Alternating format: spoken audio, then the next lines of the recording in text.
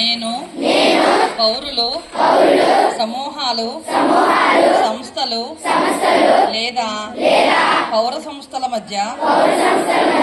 ప్రతి వివాదం శాంతియుత మార్గాల ద్వారా పరిష్కరించబడాలని నాగరిక సమాజం యొక్క సార్వత్రిక సూత్రంపై విశ్వాసాన్ని ధృవీకరిస్తూ దేశం యొక్క సమగ్రత